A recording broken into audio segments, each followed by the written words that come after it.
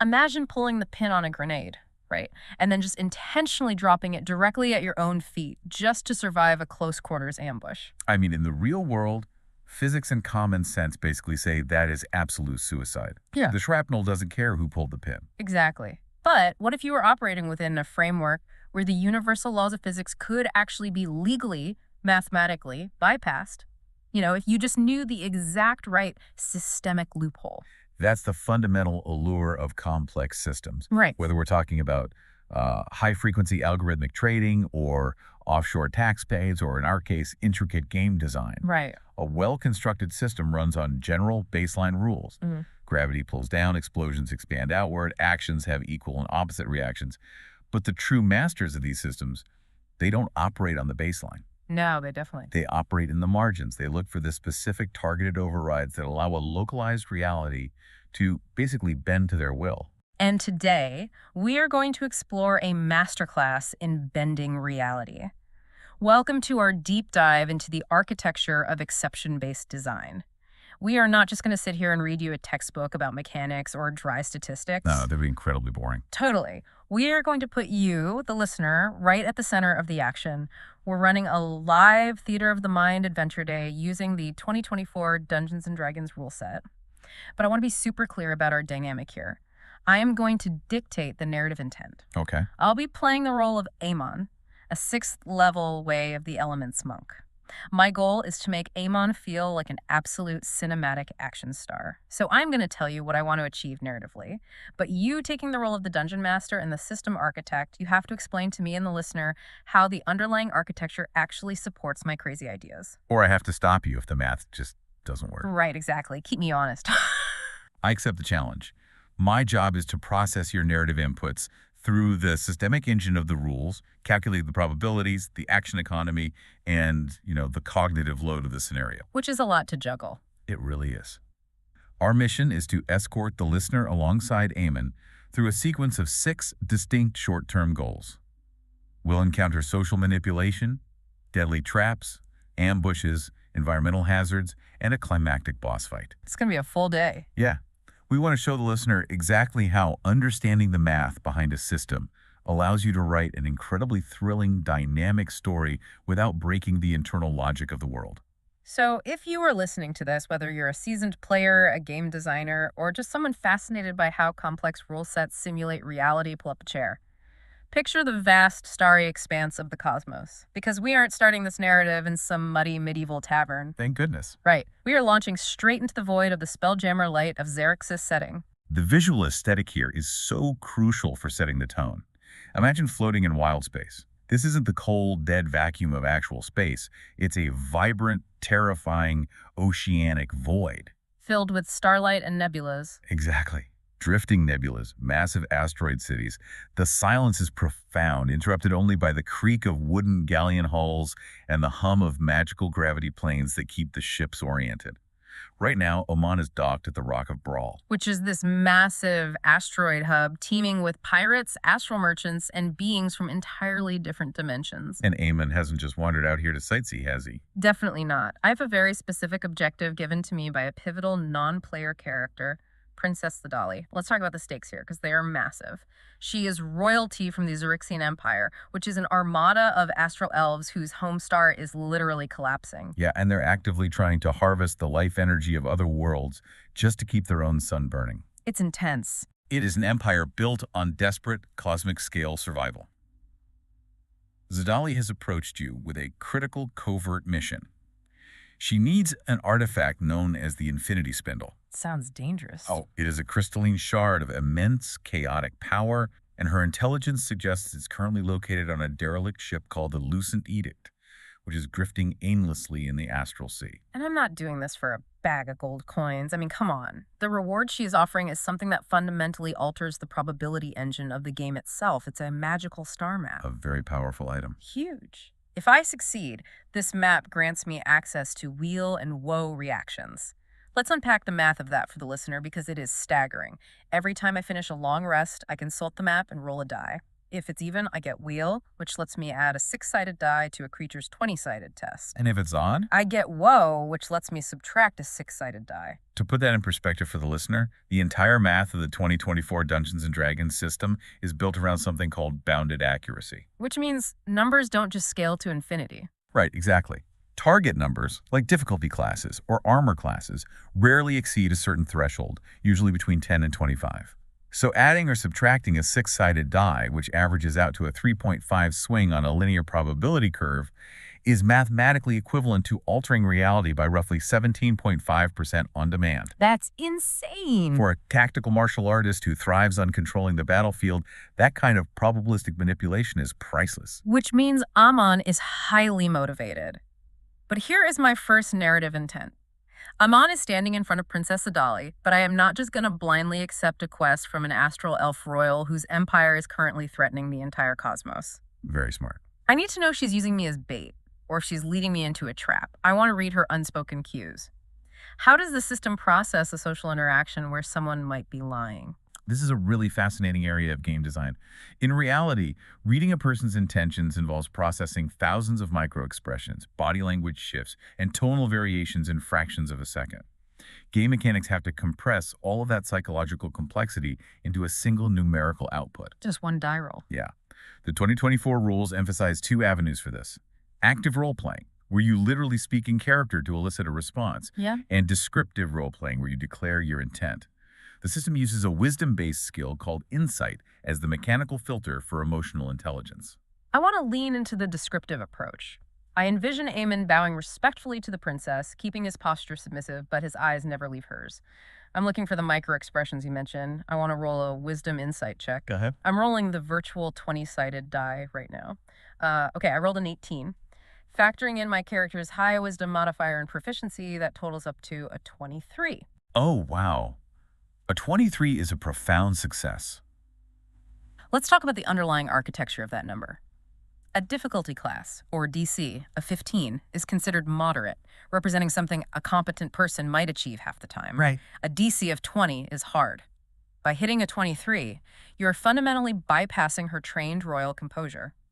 The system dictates that you don't just get a binary yes or no answer, you get the actual psychological subtext. So what exactly do I see? As you maintain eye contact, you notice the pristine illusion of her authority cracking. Her hands, resting perfectly on her silken robes, are trembling with a high-frequency vibration. Her eyes dart nervously toward the massive viewport, looking out at the starry void. Oh, she's stressed. Extremely. The system translates your 23 into absolute certainty she's terrified. Her world is literally dying, her people are fractured by internal politics, and she genuinely believes this infinity spindle is the only leverage she has left to prevent total annihilation. There is no hidden trap for you. There is only a monarch who is entirely out of time. That structural confirmation is exactly what Amon needs. He accepts the mission. I secure a small spell-jamming skiff and navigate out to the coordinates she provided. You leave the bustling gravity plane of the asteroid and drift into the silent, starry void. Eventually, the lucent edict emerges from the darkness. It is a haunting visual. It's a decaying galleon, its sails torn and drifting like massive cobwebs, floating dead in the water of the astral sea. Creepy. Yeah, but as you maneuver your skiff closer, your passive perception triggers. Wait, let's pause there. Why passive perception? Conceptually, if I am flying a ship toward a derelict wreck, I am actively looking for threats. Why does the system use a passive score instead of letting me roll the dice? It is a matter of cognitive load and pacing for the dungeon master, combined with statistical smoothing. If a player rolls a die every single time they scan an environment, the pacing just grinds to an absolute halt. Yeah, that would take forever. Plus, rolling a 2 on a 20-sided die implies your highly trained monk suddenly forgot how to use his eyes. Passive perception is your baseline spatial awareness, usually calculated as 10 plus your modifiers. It acts as an ambient radar, and right now, that radar pings. What does it pick up? Standing perfectly still on the outer hull of the galleon, right at the edge of the ship's breathable air envelope, is a guard. What kind of guard? It's a Darkling Elder. Darklings are fascinating creatures from Fey lore. They are descendants of a house cursed by the Summer Queen. Their biology physically absorbs light, which rapidly ages them. Weird. So they hate light. Yeah. To become an Elder, a respected Darkling undergoes a horrific ritual, marking themselves with glowing tattoos that channel some of that absorbed light away, making them taller and more dangerous. But the architectural design of this monster includes a punishing mechanic known as a death burn. Death burn. Yes. When a Darkling Elder's hit points reach 0, the lifetime of light they have absorbed detonates outward. It creates a 10-foot radius of searing radiant damage, instantly turns their body and equipment into ash, and forces a Constitution saving throw, or the attacker is blinded. Hang on, mathematically that is inherently hostile to my entire character concept. How so? I am a melee martial artist. My core class feature involves standing right next to the enemy and hitting them multiple times. If I successfully execute my primary function and kill him, I am rewarded by being caught in a blinding explosion that could blow me off the hull and into the vacuum of space. That feels like anti-pattern design. It absolutely is anti-pattern design, and that is precisely why game designers use it. If every enemy operates on the baseline physics of you hit me, I hit you, the tactical space becomes super monotonous. True, it gets boring. Creatures with death burst mechanics force the player to abandon their default loop and search for an exception. If your hammer solves every problem, a death burst monster is a screw. So what is your narrative intent to bypass this? Well, I am absolutely not engaging in melee. The intent is total circumvention. I want to use the floating debris surrounding the, chunks of frozen ice, shattered asteroid rock as moving cover. I'm going to attempt to slip aboard the galleon undetected. I want to roll a dexterity stealth check. But how does the 2024 stealth architecture process this? The updated rules are very strict about visibility.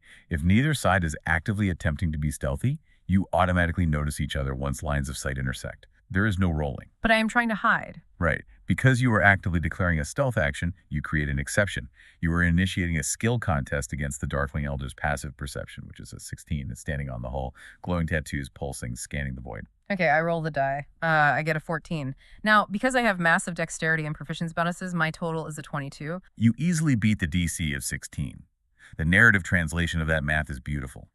You synchronize your movements with the slow, drifting rotation of the galleon. You wait for the shadow of an asteroid chunk to eclipse the Elder's line of sight, slip through the artificial gravity plane, and drop silently onto the decaying wooden deck. The Elder doesn't even twitch. You have successfully breached the perimeter. Fantastic. But I imagine the environment inside isn't much friendlier. I move away from the deck and head down into the dark, echoing corridors of the ship. The air inside is incredibly stale, thick with the smell of ozone and ancient rotting wood. And your movement brings us directly into the next architectural layer of our deep dive, the trap. Oh boy. You step into a long, dimly lit corridor. The wood here is petrified. According to the Dungeon Master's Guide parameters for trap generation, you have walked into a complex, mechanical trap designated with a dangerous severity rating for a level 6 character. What does dangerous severity actually mean in terms of math? It means the game designers have calibrated the lethality to threaten a significant percentage of your resources. We're looking at saving throw difficulty classes between 12 and 15, and a damage output of roughly 4 10-sided dice, so 4d10. 4 10-sided dice averages out to 22 points of damage that could instantly strip away nearly half of Amon's total hit points in a single, unavoidable instance. Exactly. And the visual cues are there if you look for them. You see uneven, slightly raised flagstones stretching down the hall. There's the faint metallic gleam of light reflecting off almost invisible tripwires. Up in the dark rafters, heavily obscured by thick gray cobwebs, is the bulky shape of a weighted net. And recessed deeply into the wooden walls are vertical grooves. Let's talk about the history of trap design for a second, because my intent here is very specific. Yeah. In the older 1970s era of RPGs, traps were basically gotcha mechanics. You walked down a hall, the DM rolled a die behind a screen, and suddenly you fell into a pit of acid and died. It was purely punitive. Yeah, very punishing. But modern rule sets treat traps as puzzles to be dismantled, which is why Amon has a specific trap mitigation playbook. Step 1 is detection. You gave me the visual cues, but I want mechanical confirmation. I am making an intelligence investigation check to study the architectural stress points of the corridor. Your roll is high enough to perfectly reverse engineer the mechanism. The trigger is a pressure plate beneath the uneven flagstones, connected via tension wires to the ceiling and the walls. And what happens if I step on it? If you apply weight to the plate, the net drops first to inflict the restrained condition, locking you in place. A split second later, sighting blades erupt from the wall grooves to deliver the 4d10 slashing damage to whatever is trapped in the net. Step 2 of my playbook is remote manipulation. In a standard scenario, a rogue might walk up with thieves' tools and try to delicately disarm the tension wires. I am not risking a bad dice roll to do that. Amon carries the quarterstaff of the acrobat. Oh, nice item. One of its mechanical features is that it can transform into a 10-foot pole. So I extend the staff. At the same time, I use my elemental abilities to cast the Mage Hand cantrip. Between the magical floating hand gripping the pole and my own leverage, I can safely reach out 10 feet ahead of me and violently shove the pole down onto the pressure plate. The moment the pole depresses the flagstone, the stored kinetic energy of the trap is unleashed. With a heavy, dusty thud that shakes the floorboards, a massive weighted net plummets from the ceiling, slamming into the space exactly 10 feet in front of you. Better the floor than me? A fraction of a second later, the corridor echoes with a terrifying metallic shriek as rusted iron scythes swing out from the walls in a pendulum arc, violently sparking against each other as they slice through the empty air beneath the net. And this brings me to step 3, supernatural bypass. The trap is currently active. The blades are swinging back and forth like a deadly metronome, creating a wall of hazard in the corridor. I'm not going to attempt an acrobatics check to time a dodge roll through the swinging blades. I'm using a spell called Misty Step. I want to simply teleport 30 feet forward, completely bypassing the hazard zone. But how does the system interpret teleportation versus a moving wall of blades? This is a perfect example of a systemic loophole overriding baseline physics. If you were to run, jump, or fly through that space, the system dictates you must interact with hazard, triggering a dexterity saving throw. Right. But the specific mechanical language of Misty Step states that you vanish and reappear in an unoccupied space you can see up to 30 feet away. Teleportation does not mathematically involve traveling through the intervening space. Therefore, your path does not intersect the hazard's trigger parameters. You bypass the damage calculation entirely. I love that. The narrative intent matches the math. In a puff of silvery elemental mist, Amon vanishes from the safe zone and instantly coalesces on the far side of the swinging blades, completely unharmed. He brushes a fleck of rust off his shoulder, having outsmarted the architecture of the ship. It is brilliant, risk-free mitigation. However, every action in a reactive system has cascading consequences. Teleporting doesn't silence the physical reality of the trap.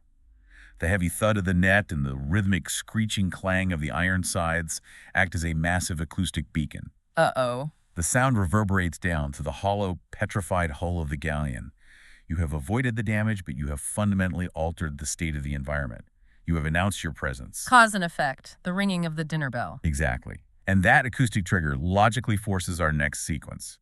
You continue past the swinging blades and drop down a rusted access hatch into the ship's massive lower cargo hold. I am assuming I'm not alone down here. You are definitely not alone. The cargo hold is cavernous, filled with stacked, rotted crates. There are pools of glowing, volatile spelljammer fluid leaking from ruptured pipes above. The moment your boots hit the floor, the system initiates an ambush protocol. Wait, immediately. The floor beneath you suddenly undulates.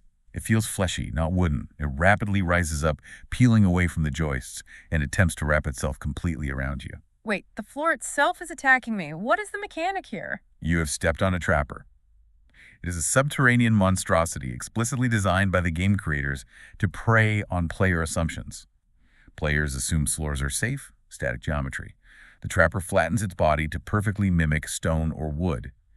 The rules state that unless it moves, it requires a massive DC-18 investigation check to notice the deception. Which I didn't make. Since you just dropped in, it uses its smother action. It wraps its fleshy mass around you, trying to crush you. You need to make a DC-13 dexterity saving throw to evade it. Okay, I rolled a die. Oh, that's terrible. I rolled a 4. Even with my modifier, that's a 9. I fail a save. The math here is punishing. Because you failed, you take 3d6 bludgeoning damage as the muscles constrict, plus an additional 1d6 acid damage as its digestive juices activate. But the real danger isn't the damage.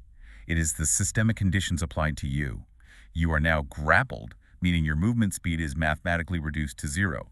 You are restrained, meaning all attacks against you have advantage, and your attacks have disadvantage. Furthermore, you are blinded and deprived of air. Conceptually, I am trapped inside a giant, acid-spitting, fleshy pancake, and it gets worse, doesn't it? It gets much worse. Because the trap alarm alerted them, a mob of enemies emerges from behind the rotted crates. They are X-farts. Let's give the listeners some context. What exactly is a X-fart? X-farts are cowardly, greedy, blue-skinned monstrosities. From a lore perspective, they were created by a renegade demigod named Raxivort. Raxivort used to be the master treasurer for the demon lord Grazd, but he plundered the demonic vault, stealing massive amounts of wealth, including the Stindle. including, according to legend, the infinity spindle you're currently looking for. Raxivort fled to the chaotic plane of pandemonium and created the Xors in his own image to act as his paranoid lackeys. They have blue skin, bright orange eyes, and receding hairlines. So they are naturally drawn to the artifact on this ship. Yes. They are led by a Xfart warlock who is commanding a swarm of giant, rabid rats. They are shrieking, closing the distance, and preparing to swarm you while you are completely incapacitated by the trapper. This is a nightmare scenario from an action economy standpoint. If I follow the baseline rules, I would have to use my main action to attempt a contested athletics check just to try and pry the trapper off me. Which is hard when you have this advantage. Right. And even if I succeed, I've burned my turn and I'm still surrounded by a mob of X-farts and rats who will just attack me on their turn. I need to clear the board. My intent is to use my playbook's elemental burst sequence. Let's test that theory. Walk me through the mechanics of how a restrained, blinded monk deals with a mob. First, I spend 2 focus points. Let's think of focus points like a high-frequency trading algorithm. I am spending a micro-resource to execute a physical action faster than the game's baseline physics can process. I use a magic action to activate Elemental Burst. I select Thunder Damage. The mechanic creates a massive concussive explosion in a 20-foot radius sphere centered exactly on my coordinates. That is a fascinating tactical choice, but mathematically, you are dropping a localized sonic bomb directly onto yourself. I know. In a standard system, creating an explosion centered on your own square means you suffer the full brunt of the blast. Every creature in that 20-foot sphere must make a dexterity saving throw. Because you are level 6, the damage output is 3 of your martial arts dice, which are 8-sided. That is 3d8 thunder damage. But here is the critical flaw in your plan. Because the trapper has you restrained, the rules state you have disadvantage on all dexterity saving throws. You are statistically almost guaranteed to fail your own save and take massive damage. That is the baseline assumption, yes. But this is where I initiate a rule override. I have a bonus action remaining. I spend 1 more focus point to activate Patient Defense. This specific monk feature allows me to take the dodge action as a bonus action. And if you read the mechanical definition of the dodge action, it explicitly states that it grants the user advantage on dexterity saving throws. Hang on, let's look at the fine print of the architecture. The dodge action grants advantage on dexterity saving throws against effects you can see. Oh. You are currently engulfed inside the fleshy mass of a trapper. You have the blinded condition. Conceptually and mechanically, you cannot see the explosion. Therefore, the dodge action should not grant you advantage. That is an excellent pushback from the DM chair. You are right, the visibility clause is a huge hurdle. Now, I could argue that because the magical manifestation originates from my own body, I am the epicenter, like being in the calm eye of a hurricane. But to completely remove the DM's ability to veto this, I will pivot my tactics slightly to guarantee the systemic math works in my favor. Before I detonate the bomb, I need to remove the blinded condition. How? You don't have an action left to break the grapple. I use a free action. I use my elemental attunement feature, which costs 1 focus point, to shift the elemental affinity of my unarmed strikes to acid. But I am not making an attack roll. I am using the sculpt element utility feature that comes with it. The rules say I can manipulate a small amount of an element. I want to conjure highly concentrated, corrosive, slush raw, burning acidic energy and manifest it directly against the sensitive, fleshy inner hide of the trapper that is currently crushing my face. So you aren't making an attack. You are creating a localized environmental hazard designed to induce a pain response. Exactly. I want to force the creature to reflexively recoil from the chemical burn. From a game design perspective, rewarding narrative creativity that utilizes non-combat features is essential. I will accept that override. The intense, agonizing burn of the concentrated acid slush causes the trapper to shriek. Its fleshy folds violently peel back to escape the hazard. You are dumped onto the deck. You are no longer restrained, and crucially, you are no longer blinded. Perfect. Now I trigger the elemental burst of thunder. I use my bonus action for Patient Defense to dodge. Because I can see, I gain advantage on the dexterity save against my own bomb. The advantage cancels out any other penalties. Let's run the probabilities. The trapper, the X-farts, and the giant rats all have to meet the save. The X-farts and the rats have terrible dexterity modifiers. They fail spectacularly. You roll your save with advantage, and you succeed. The total damage rolled on the 3d8 is 14 points of thunder damage. Because you succeeded on the save, the system halves that damage to 7 points. Which I can easily absorb. Let's paint the theater of the mind here. You strike the rotted wooden deck with an open, glowing palm. The air pressure violently warps, and a massive, concussive shockwave of thunder erupts outward. Inside the hollow hull of the ship, the sound is absolutely deafening. The cowardly Xvarts and their rabid rats take the full 14 points of thunder damage. And Xvarts are weak, right? Systemically, Xvarts only possess 7 hit points total. They don't just die, the overdamage pulverizes them. They are scattered backward like blue bowling pins, their bodies smoking. The trapper, already burned by the acid, takes the thunder force and slithers frantically down into a dark crack in the floorboards to escape. And Amon, because of his patient defense, he anticipates the exact frequency of his own shockwave. He executes a flawless backflip right through the epicenter of the explosion, landing perfectly balanced amidst the absolute carnage of the ambushers. That is the pinnacle of exception-based design.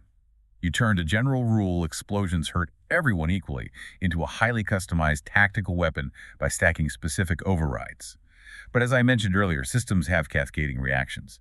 The galleon's petrified wood was already structurally compromised. The immense localized kinetic force of your thunderburst pushed the architectural stress points past their limit. Beneath your feet, you hear a terrifying, groaning crack that vibrates right up your spine. That doesn't sound like a monster. That sounds like physics. It is physics. The entire section of the cargo deck simply gives way. You instinctively scramble backward just in time to watch the floor collapse into the dark, lower engineering bay. And this introduces our next sequence, Goal 4, the corrosive chasm. What exactly am I looking at now? A sheer 40-foot gap in the floor now separates you from the far end of the hold, where a heavy iron door stands. That door likely leads to the ship's spill-jamming helm, where the infinity spindle is secured. But a 40-foot gap isn't just empty space. The floor collapse ruptured the main arcane fuel lines below. A thick, glowing, highly toxic vapor is rapidly venting up from the chasm, filling the room. So the environment itself is the enemy now. Precisely. We are using the hazard architecture for malnutrition and exhaustion, adapted for a toxic environment. Breathing in this highly concentrated, decayed spelljammer exhaust pushes your cellular structure to the breaking point. The system demands a DC-10 Constitution saving throw to resist the toxin. A DC-10 is mathematically a very low bar. I should pass this easily. I rolled it. Oh, you have got to be kidding me. A natural 2. Factor in my Constitution modifier that is only a 5. I critically fail the save. The toxic glowing vapor sears its way down your windpipe. Your lungs spasm. You immediately gain 1 level of exhaustion. Let's take a moment to unpack the game design history of exhaustion, because the 2024 rules completely rewrote this architecture. I remember the older 2014 rule set. Exhaustion was a terrifying death spiral. Level 1 just gave you disadvantage on ability checks, which was annoying but manageable. But if you hit level 2, your movement speed was instantly cut in half. Level 3 gave you disadvantage on all attacks and saves. It escalated wildly until level 6, which was just instant death. It was so punishing that dungeon masters rarely used it because it ruined player agency. Exactly. The old design was a cascade failure that grounded gameplay to a halt. The 2024 redesign streamlined the math but broadened the penalty. Now the exhaustion condition operates on a linear scale from 1 to 5. For every level of exhaustion you have, you suffer a -1 penalty to all D20 tests. That means your ability checks, your attack rolls, and your saving throws are all mathematically degraded. Furthermore, your movement speed is reduced by 5 feet per level. Wait, I need to correct myself. That was the playtest version. The final 2024 Player's Handbook actually simplified it even further into a unified condition. While you have the exhaustion condition, you simply suffer disadvantage on all D20 tests. Disadvantage on everything. That is structurally devastating. The system takes my highest probability of success and forces me to roll twice and take the lower result. So Amon is suddenly hacking uncontrollably. His muscles are burning with sudden heavy fatigue, his vision is blurring, and I have to somehow cross a 40-foot chasm to reach that iron door. Right, and because you have disadvantage on all D20 tests, if you try to make a standard acrobatics or athletics check to leap across the gap, you are mathematically highly likely to fail. If you fail, you fall 40 feet into a pool of concentrated toxic sludge. So how do I solve a problem when the core probability engine, the D20, is rigged against me? You find the override. Exactly. My intent is to completely remove the dice from the equation. I am not going to roll for this jump. I'm going to rely on raw, mathematically guaranteed mechanical outputs. I am going to use my racial background and my monk features to rewrite gravity. Let's analyze the math of that sequence. First, Amon's background. He is a Githyanki, an astral humanoid species. I use my innate Githyanki psionics to cast the jump spell on myself. The specific text of this spell states it magically triples my jump distance. Second, I use my bonus action to activate Step of the Wind, spending 1 focus point. The rules for Step of the Wind state that I can take the dash action, and crucially, my jump distance is doubled for the turn. Okay, let's look at the baseline physics of a long jump in the system. The rules state that if you move at least 10 feet on foot right before the jump, you cover a distance in feet equal to your strength score. Let's assume Amon has a relatively average strength score of 10. That gives you a baseline jump of 10 feet. Right. Now we apply the systemic multipliers. The jump spell triples the base 10 to 30 feet. Then, Step of the Wind doubles that 30 to 60 feet. So by chaining these specific buffs together, without rolling a single 20-sided die, without ever engaging the exhaustion disadvantage penalty, your guaranteed mechanical output is a 60-foot horizontal leap. You overclear the 40-foot chasm by 20 feet. The theater of the mind visual is incredible. Amon is coughing violently, wiping glowing toxic condensation from his face. His legs feel like lead, but he centers his mind. He channels his psionic Githyanki heritage, and a faint silver astral light coats his boots. He weaves that with his elemental connection to the wind. He takes a staggering, brief running start, hits the jagged edge of the collapsed floor, and simply steps onto the air. It is a flawless, superhuman bound. He sails 40 feet directly over the churning toxic void, defying gravity, and lands heavily on the solid metal grating in front of the iron door. You hit the metal with a heavy, ringing clang. The glowing green fog continues to churn in the pit below you. You've survived the chasm, but look at your resource sheet. You are suffering from the exhaustion condition, meaning disadvantage on all rolls. You have spent a significant portion of your focus points manipulating the elemental system.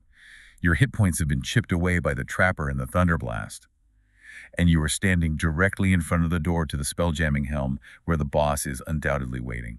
Entering a boss fight with disadvantage on all attack rolls and saving throws is a mathematical death sentence. Amon is a tactician, not a martyr. I refuse to open that door right now. I need to recuperate. Which organically transitions us to Goal 5, the Breath of the Elements, focusing on the mechanics of a short rest. I need a timeout, a 1-hour period of downtime. But let's be logical about the narrative environment. I am deep inside a hostile, derelict ship. I just set off a booming thunder explosion, and there are probably more scavengers roaming around. I can't just sit cross-legged in the hallway and hope nothing finds me. I need to secure my perimeter. That is a very smart tactical assessment. I examine the heavy iron door leading to the helm. I want to barricade it from this side so nothing can come out and interrupt my rest. I am going to look at the elementalism cantrip again, specifically the sculpt element feature. But I want to push the narrative limits of my elemental lore. I want to spend a focus point to conjure liquid metal directly from the plane of magma, the cosmic border between the plane of earth and the plane of fire. You want to pull raw, glowing magma into existence inside a wooden ship. Very carefully. I use Sculpt Element as a bonus action to shape a 1-foot cube of liquid magma. I force it directly into the metal tracks and hinges of the iron door. I mold it into thick, heavy spikes overlapping the door frame. As the elemental magic settles over the next minute, the magma rapidly cools, hissing in the toxic air, until it hardens into solid, blackened steel. I have effectively magically welded the door shut. That is a phenomenal visual. The red-hot glow illuminating Amon's exhausted face, slowly fading to a dull, dark gray as the extreme heat dissipates. The door is absolutely locked down. Now let's talk about the game design of resting, because it is the most crucial pacing mechanic in the game. A short rest requires at least 1 hit point to initiate, and you can't do anything more strenuous than eating, reading, or treating wounds for 1 hour. During this time, I can spend my hit point dice to heal. I roll a d8, add my constitution modifier, and regain that many hit points. But the most vital update in the 2024 architecture is how it handles your specific condition. The new rules explicitly state that finishing a short rest decreases your exhaustion level by 1. That is the mechanical lifesaver. Conceptually, I narrate it as Amon sitting in a meditative lotus position in front of the welded door. He deliberately slows his heart rate. Using his connection to the elemental planes, he draws in pure, clean air, slowly flushing the toxic, glowing spelljammer residue out of his lungs. Over the course of the hour, the burning in his muscles fades. His vision sharpens. The mechanical penalty of disadvantage is purged from his system. Now, I want to pivot and address the listeners who might be dungeon masters, because rests are often misunderstood. A rest is not a video game pause button where the simulation freezes. The system architecture, specifically the DMG guidelines on the adventuring day, uses random encounters to maintain tension. If players know they can rest indefinitely without consequence, resource management becomes irrelevant. Right. If I have unlimited health and focus points, there is no tactical challenge. Exactly. The system suggests that the DM rolls a d20 every hour in a dangerous environment to check for a random encounter. An 18 or higher means something disrupts the rest. Maybe a scavenger patrol wanders by, maybe the toxic gas rises from the chasm. The psychological threat of that hidden dice roll makes your decision to barricade the door so brilliant. You strategically traded a resource spending a focus point to conjure the magma, to physically negate the probability of a random encounter ruining your rest. It's risk management, and it pays off. The hour concludes, Amon stands up, he is fully healed, his focus points are restored, and the exhaustion is gone. The physical and mathematical degradation has been repaired. He is operating at optimal capacity. I step up to the barricade. With a swift, incredibly precise Markert's kick, Amon shatters the cooled magma spikes, breaking the weld. I throw the heavy iron door open and step directly into the spelljamming helm. Welcome to Goal 6, the climax of the Xaryxian commander. Let's establish the theater of the mind for this final arena. The helm room is a massive, domed chamber.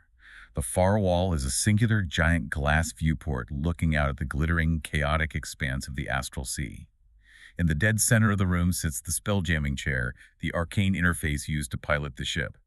And floating gently just above the chair, radiating a strange, prismatic, chaotic light, is the crystalline shard you came for. The infinity spindle. I finally have eyes on the objective. But you are not the only one. Yeah. Standing beside the chair, silhouetted against the starlight, is a massive, heavily armored warrior. This is not an elegant astral elf. This is a ruthless Rygar mercenary. They are elite, brutal shock troops hired by the Xaryxian Empire to do their dirty work. He is clad in incredibly thick plate armor and wields a heavy, glowing greatsword. He lowers his visor, the metal clanking loudly in the quiet room. The spindle belongs to the Empire, he growls. The system initiates combat. Roll for initiative. Amon's high dexterity puts him at the absolute top of the turn order. I am not holding anything back. I am initiating the flurry of daggers and strikes sequence from my playbook.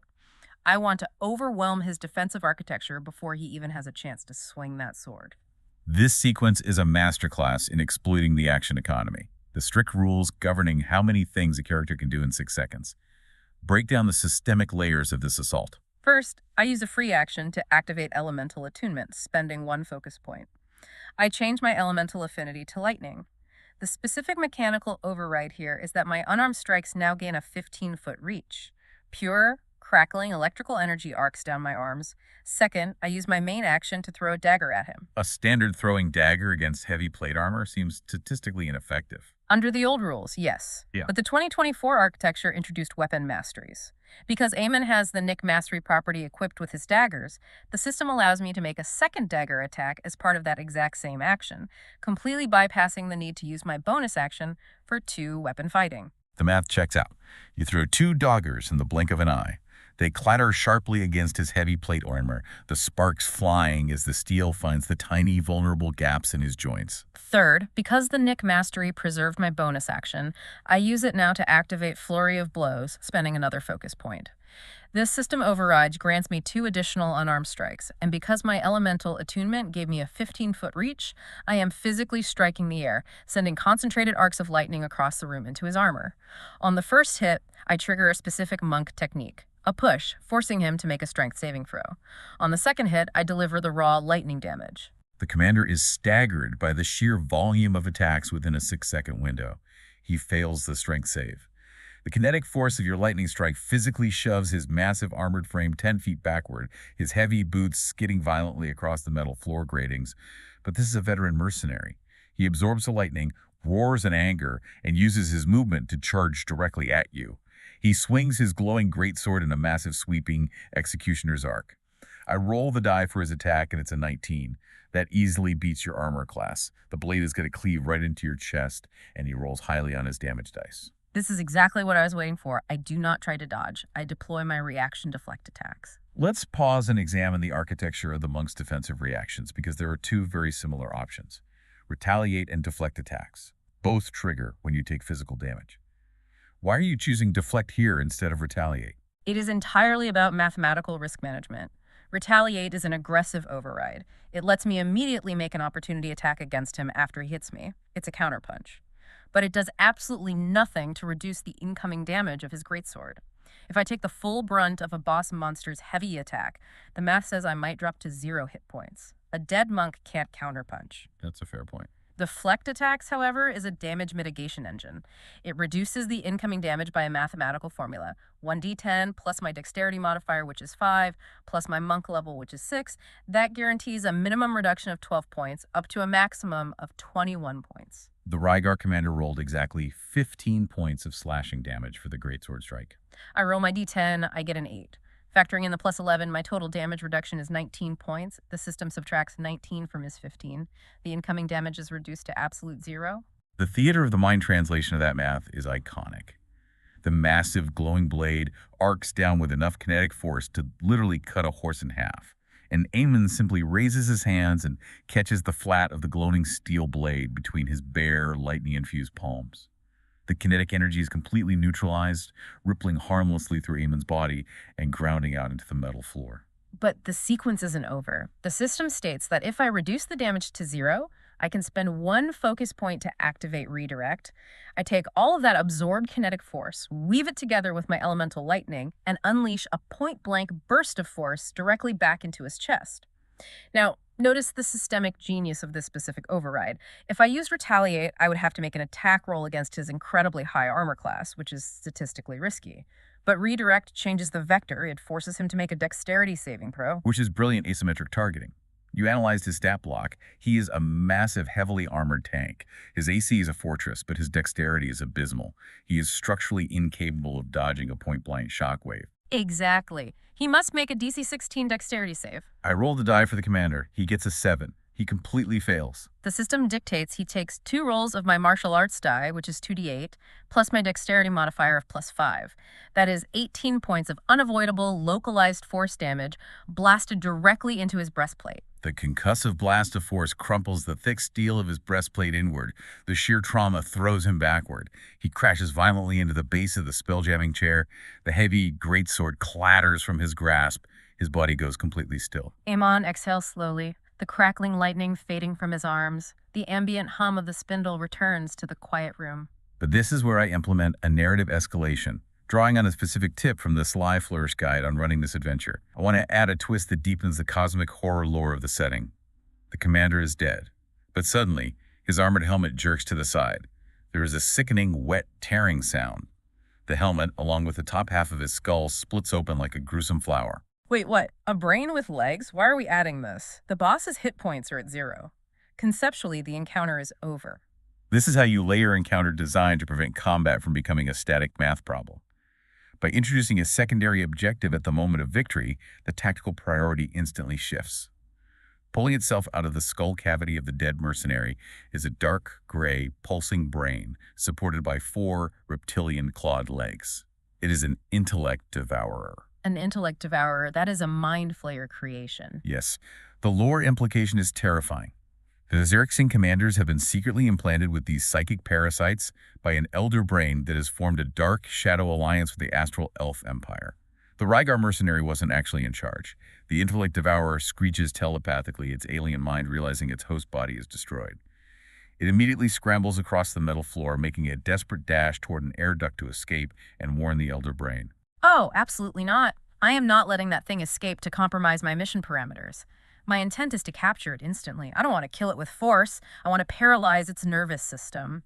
I use my action to shift back to my lightning affinity. I manifest an air-woven net. I channel the lightning into a physical structure, throwing a crackling, electrified net of pure energy over the fleeing brain creature. The intellect devourer is enveloped.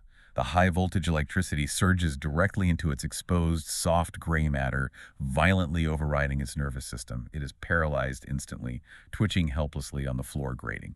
Amon walks over to it very slowly. He doesn't draw a weapon. He just brings his heavy, steel-toed boot down, crushing the paralyzed aberration completely. The telepathic screech is cut short. The threat is fully neutralized. You stand alone in the quiet, domed, spell-jamming helm. Floating gently in front of you, bathing the room in a soft, chaotic, charismatic light, is the infinity spindle.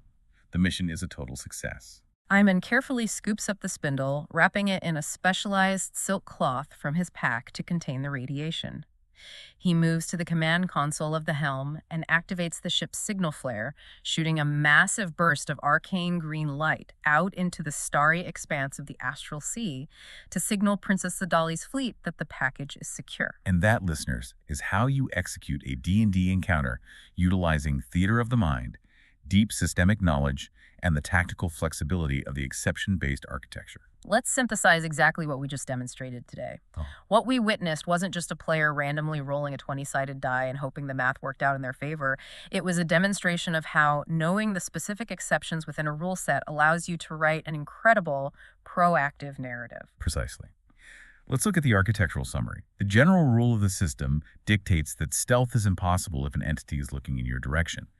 Amon utilized the specific exception of an active stealth check against a passive perception pipeline to override that reality. The general rule dictates that traps inflict damage if you occupy their trigger geometry.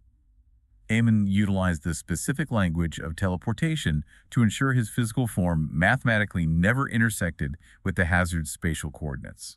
The general rule strongly implies that dropping a high-yield explosive on your own coordinates while restrained is statistically fatal. Amon layered the exception of the patient defense dodge to alter the saving throw probabilities and survive his own blast radius. Knowing these specific structural exceptions, like utilizing redirect mechanics to bypass an enemy's high armor and target their weak dexterity, transforms a character from a passive participant waiting for the DM to dictate reality into an active, cinematic architect of their own story. It fundamentally changes the entire psychological paradigm of how you approach a challenge, whether on a tabletop or in the real world. You aren't just reacting to the parameters, you are actively looking for the stress points where the parameters can be bent. Which brings us to the core takeaway for the listener. Whether you are a dungeon master designing an encounter, a player building a character, or just someone navigating a complex system at your job, look at how we layered the thinking today. We didn't just increase the difficulty by adding more hit points to the boss. We introduced a secondary narrative threat, the fleeing intellect devourer, that instantly changed the tactical priority. How can you apply that kind of layered, multi-objective thinking to the problems you face? Well, I want to leave the listener with a final, provocative thought to mull over. When you sit down at the table, or when you face any structured system in life, do you view the rules in your character sheet as a rigid list of restrictions? Or do you view them as a palette of narrative paints? If a monk can logically force the game engine to let him forge solid iron spikes from thin air and use the concussive shock wave of his own bomb as a tactical dodge maneuver, what entirely new reality could you bend to your will? What hidden combinations, what systemic loopholes are sitting right in front of you right now, just waiting to turn a standard baseline encounter into a legendary story? That's the beautiful truth of exception-based design. The rules aren't actually there to stop you. They are the jagged white lines on an X-ray, pointing you exactly to the precise structural point where you can break the system wide open. Thank you so much for joining us on this deep dive. We hope it changes the way you look at the mechanics of your world. Stay curious, keep searching for the exceptions, and we will see you next time in the multiverse.